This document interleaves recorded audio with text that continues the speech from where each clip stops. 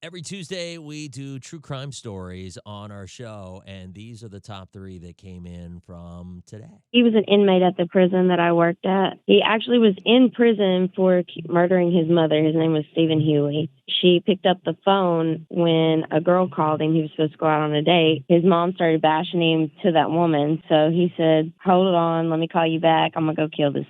He killed her and put her in the back of his car and went on his date with this woman. So not only that, when he got to prison, he killed a counselor while he was there. He had a court date coming up. Somehow he had a phone. He was in high security. He got a message out that if the white supremacists or KKK, whoever, could break him out when he was going to court, he would kill Obama for them. They had the text proof, and they shut the prison down. Secret Services flew in on a helicopter. Nobody could call in or out. Nobody could leave. And they packed him up and flew him right out of there. And he went to a maximum high security asylum. Then he made a Plenty of Fish account, got him a girlfriend on there, and he was set for execution. And then he found out that he had an 18-year-old daughter, so he appealed it. And then recently he requested to set execution date, and they found him dead in his cell. And now this girl calls us up about a meth orgy that ended in murder.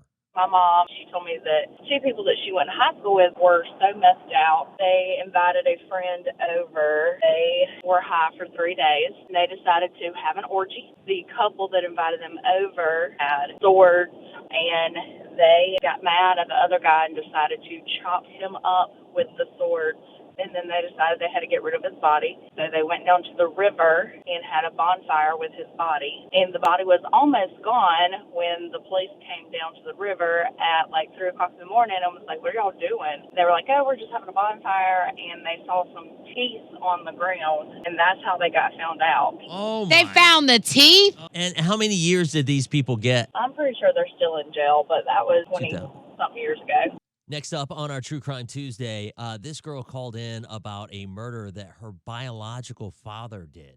He ended up murdering his stepmom. He's actually the one that escaped jail after he murdered her. Did they catch him? They did. They caught him like 17 hours after him and another guy escaped. What happened with the murder? Like, what did he do? From my understanding, his dad, which is my grandpa, of course, passed away not long, like in 2015, from a heart attack. He was under the assumption that my grandpa's wife killed him. She didn't, of course. So he ended up concocting this story to go, spend the night with her, said that him and his girlfriend was fighting, which they were not. And he ended up shooting her 3 times whenever he went there. And then when he escaped from jail, how did he escape from jail? From what I saw, he was out in the rec center and he was just twisting the wire that was at the bottom of the rec center. Him and this other guy was just twisting it for like on and off for like 30 to 45 minutes.